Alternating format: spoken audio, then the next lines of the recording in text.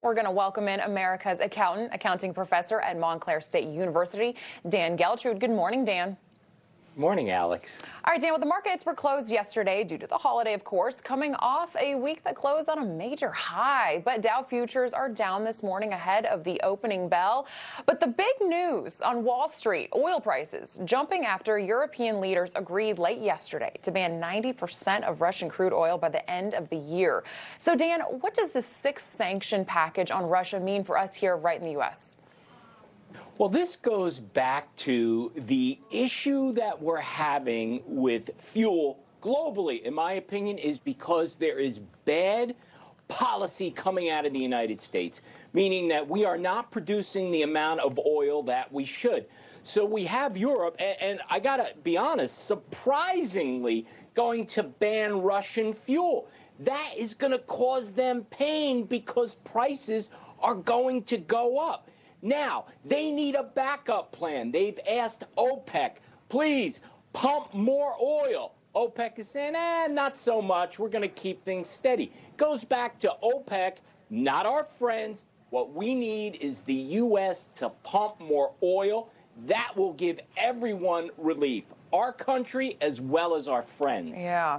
All right, well, the U.S. dollar suffered its first decline in 5 months, coupled with the personal savings rate, which shows Americans are now saving less. So what do both of these factors mean for the economy and concerns of a recession?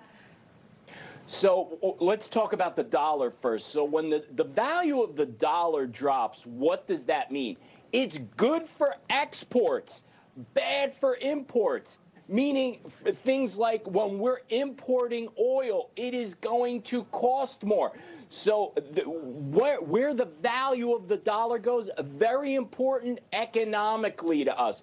So we really have to pay attention to that. As far as U.S. savings numbers dropping, not a surprise here. Everything is costing more. Americans have no choice at this point but to dip into their savings.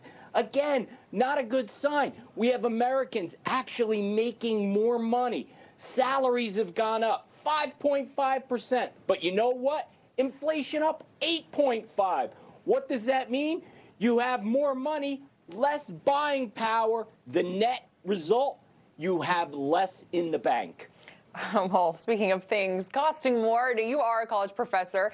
As you already know, school is already so expensive. But Boston University is now raising tuition by over 4%. Now, this is actually the largest increase in 14 years. The school citing inflation as the cause.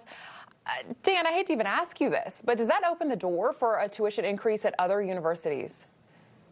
Well, it may, but remember this. Students have a choice. You don't have to go to Boston University or any other university that costs so much. You can really manage your education.